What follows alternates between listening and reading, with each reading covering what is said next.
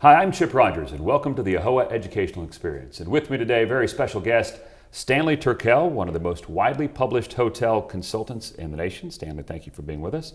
And another one of your credentials is that you are one of the leading voices and one of the original voices on fair franchising. Now, we hear this term, fair franchising, and it seems to be coming up in the news quite a bit again because some states are looking at legislation. But for the general person who doesn't understand what franchising means or what that relationship means, explain what franchising is and how that differs from just your sole, what you would term mom and pop store that starts all by itself. Yes, indeed. It is a state-of-the-art phrase, and it has a lot of meaning behind it. Franchising is a business technique by which a company like, say, Holiday Inns, who give their name to 3,000 Holiday Inns around the world, but do not own them. So the relationship between Holiday Inns, who has devised this marketing technique, the name Holiday Inn, the standards by which Holiday Inns get built, that would be the size of the guest room, the services that are provided, the restaurant, etc. They look for other investors to own and build such facilities. Those investors and builders and operators are called franchisees. So the relationship between Holiday Inn as franchisor and these thousands of hotel owners, franchisees, that relationship is the franchisor-franchisee relationship. It has all kinds of business associations attached to it. So for example, if I may go on and Absolutely. Explain a little bit more, it would appear as though if you stayed, any one of the people watching this program stayed at a Holiday Inn's tonight or last night, you could not tell that it was in fact owned by a local investor with a franchise from Holiday Inns. Holiday Inns happens to be owned by a very large company, Intercontinental Hotels Group. You would not know that because when you stay in the room looks like a Holiday Inn. All the featured publications in the room, the facilities, the amenities, they are all what you're used to if you've stayed in Holiday Inns before. Because those standards are set by the parent company. And the franchisee, individual owner, must live up to those standards or else he will lose out on the franchise. Why do builders, developers, owners use the Holiday Inn franchise or others? They do it because of the reservation system, because the average traveler who wants to take a trip with his family and kids across the country perhaps will look to see where are the Holiday Inns because he loves to stay there because it's a standard of amenity that he's accustomed to. So the reservation system then parcels out those reservations to individual owners, and the individual owners pay a fee. The fee is a percentage of all the room revenue plus a dozen other fees that are paid. So that relationship is what you've asked me about, and now I've given you at the least in the hotel industry how it works. There are a whole batch of other elements to it, but why don't you ask me about that? Well, so in the franchisor model, typically there's the franchisor who essentially has control, and the franchisee who purchases the name and the rights to use that name for the purposes of running that business. There are also, I guess, in certain instances, you have franchise-owned stores that may be actually owned by the corporate entity, but you as a purchaser of the good or service shouldn't know the difference between store A and store B. I guess you're not supposed to be able to know the difference between store A and store B, whether it's owned by the corporate entity or whether it's owned by a franchisee. Is that? That's exactly right. Indeed, most of the hotel franchises are owned by these individual investors that I talked about. Very few of the franchisors own any of the properties that they franchise. And I would not make a guess because I don't have the number in mind.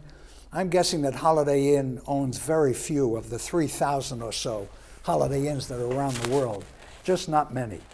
I did want to, however, add on, you asked me about fair franchising, or you mentioned it earlier on. The word fair has been in dispute for a very long time. That is because for the relationship that I mentioned earlier between the franchisor and the franchisee, there is no fair element to it. If you believe what I say, the franchise agreement, which is a licensing agreement, as I described it, is almost completely one-sided. What do I mean by that? I mean that the franchisor determines everything about that franchise, and the franchisee, the individual owner, has very little to say if, when he signs that agreement, there's no negotiation that takes place.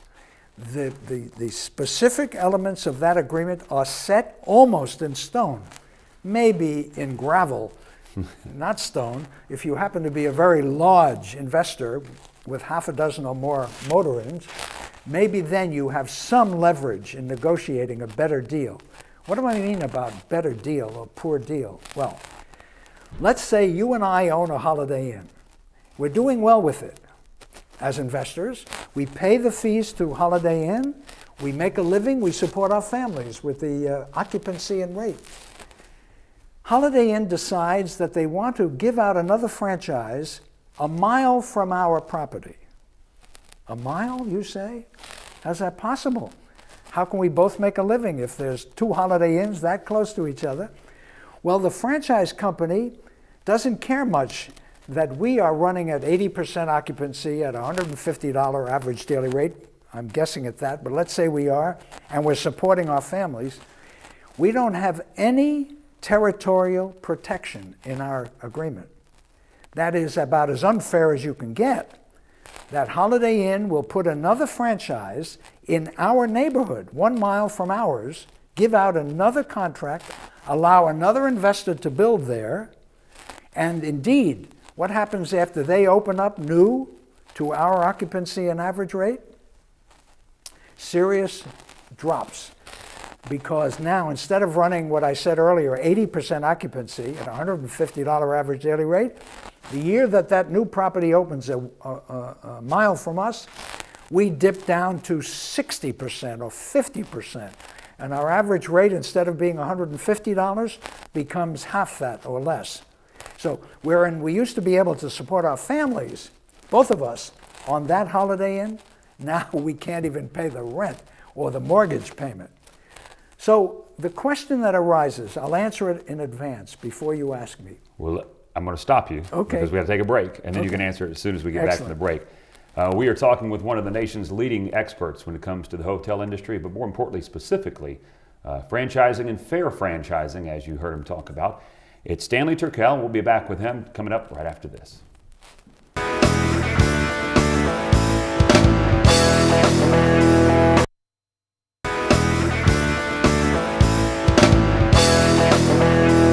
Welcome back. I'm Chip Rogers, and with me again this week is one of the nation's leading experts in the hotel industry and, more importantly, fair franchising.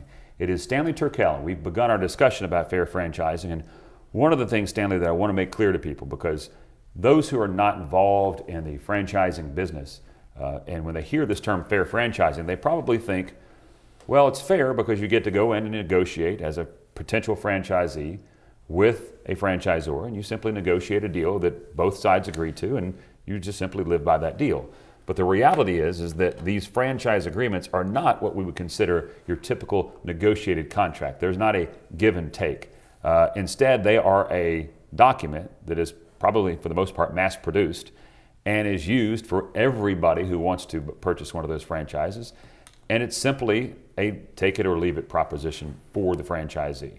And of course, even if you go beyond that, the simple balance of power with a franchisee who may or may not be making his first investment into a small business compared to what is a multinational business with hundreds of millions, if not billions of dollars in resources, that's going to be out of balance as well when you go into, if there even were to be any negotiations. Well, you said it well, Chip. There are rarely any negotiations, as I said earlier, between the franchisee and the franchisor. The license agreement is presented, it is accepted or not, and the franchisee has no chance. Even so, he has a lawyer with him, and he certainly should always have a lawyer, if the audience listens to me, should always have an attorney present, and the attorney should not be his brother-in-law who does matrimonial law work. It ought to be someone familiar with the business world, and in most particularly familiar with franchising. That still won't get you a negotiated agreement, but it might help you in discussing this with the franchise company to get some more onerous features. I won't go into all of those. There are plenty in those agreements, standard agreements. So I started to say earlier that a franchisee and a franchisor are in different businesses. I wanted to explain that to the audience. That is because the franchisee is interested in renting rooms every night for the highest possible average rate he can command, so that he can make enough money to pay his mortgage, to pay his employees, and to make some money. Taxes too. Taxes, yeah, real estate taxes, of course. So that is his object in being in business. What is the object, however, of the franchise company? The franchise company is interested in selling franchises, not renting rooms. Now, they will deny that if confronted. They say, sure, we're interested in selling rooms, but the incident, the example that I gave you earlier, wherein we don't have any area protection, enables them to put another property right near us and hence destroy or ruin our business. Why would that franchise company do it? Well, if you do the arithmetic as I have, it turns out that having two franchises running at 65% occupancy is more beneficial to the franchise company than one franchise running at 75% occupancy. Again, take my word for it. If you work out the arithmetic, you will see that since they get paid a percentage of all the room revenue, they come out better with two than with one. We who own that one suffer enormously if another property comes. So fair franchising is a goal that we aim for. It is, however, hard to achieve and difficult to make stick when it occurs. And I guess the term that you described there is encroachment. And it would almost seem that an encroachment would beg for some sort of negotiated agreement, simply because, as you indicate, a 1 mile difference in where we sit here in New York City that's a long ways. A 1 mile difference in Des Moines, Iowa is very close. Right, good, well said. And it would seem to me that if all we were talking about was encroachment, it would beg for a negotiated agreement between the franchisor and the franchisee, yet, as you're telling me, that's not what's happening. It doesn't happen.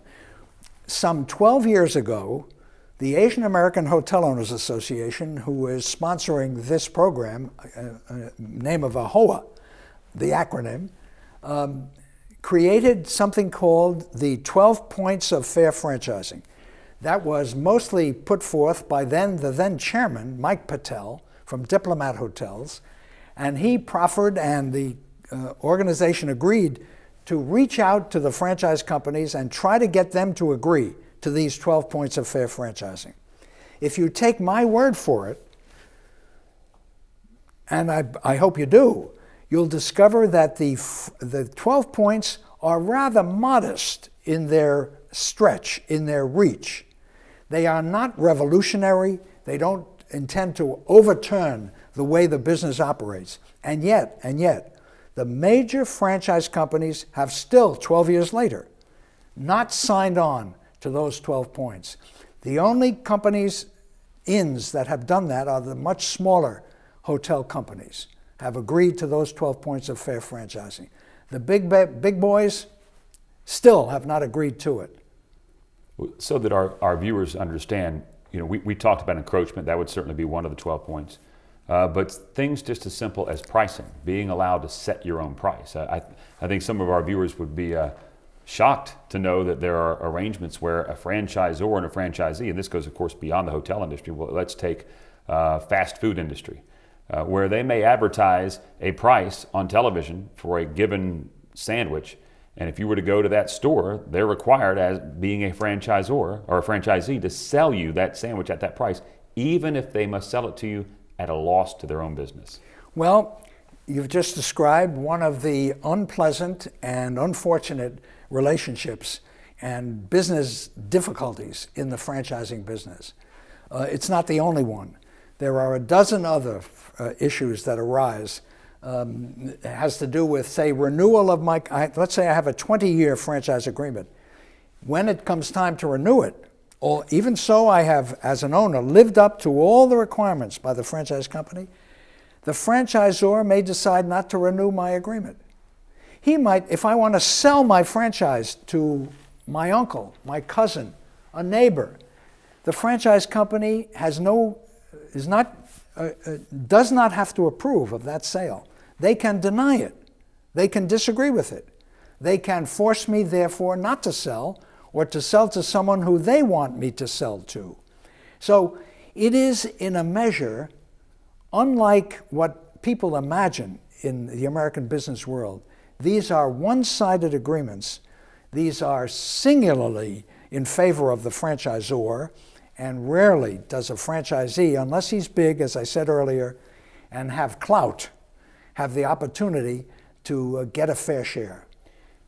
We've got just a couple of minutes left in this particular segment, but I want to touch on renewals again. For most people, they think, okay, you have a contract, you have an agreement. At the end of that agreement, you can renew it under new terms because the first agreement is expired. And that would seem, in most people's mind, to be fair. But the reality in a franchisor-franchisee relationship is the franchisor has lent the franchisee its name, and in the hotel industry, its reservation system. The franchisee, meanwhile, is the small business owner who, for a 20-year period, essentially puts his entire life and probably members of his own family's lives into the business, running it every single day, worrying about making the profit. Because if the business goes under, the franchisor is not really going to be suffering that much, but the franchisee is going to lose everything. So the franchisee for 20 years does all that. He or she can get to the end of that 20-year period, and the renewal could come up, and the franchisor could just say, either I'm not going to renew you, or I'm going to renew you at terms to where you can't even make a profit. That happens often. Also, in addition to what you just said, the franchisor might say, if we're going to renew, we want you to rebuild this property and make it brand new. We want you to spend X number of millions of dollars to repair it, to change it, to fix it, to bring it up to snuff, and certainly that would be worth doing if there was some method by which it could be negotiated, some way wherein the franchisee would have something to say about that. No, this is a completely one-sided decision. You want a renewal, you do what we say, or get lost. Now then, I'm being a little harsh in my verbiage, but in essence, that's what goes on. Also, may I say that there are other problems associated with running a hotel. The franchisor might say, when you decide you want to sell the property, you've got a buyer who's interested in giving you a profit to buy your Holiday Inn or your whatever it's called. And the franchisor will say, we don't like that person. We have the last word. That's what it says in our agreement. If we don't approve that potential owner, you cannot sell to them. So there are, and I won't go into it, there are at least a dozen other one-sided decisions that are all made by the franchisor to the detriment of the franchisee. And as we close with that, I think that's a great point, because as a small business owner, typically, through the years of being in business, you're just making enough to survive on. You really make your money, you get your return on investment when you sell your asset. And if you can't sell your asset, then what have you done? And that's the situation people are in. Well said. All right, Stanley Turkel, true expert in the hospitality industry, and he's going to be back with us again next week. And you need to join us next week. If you'd like to contact me, you can do so, chip@AAHOA.com. That is chip@AAHOA.com. Thanks for watching, and we'll see you again.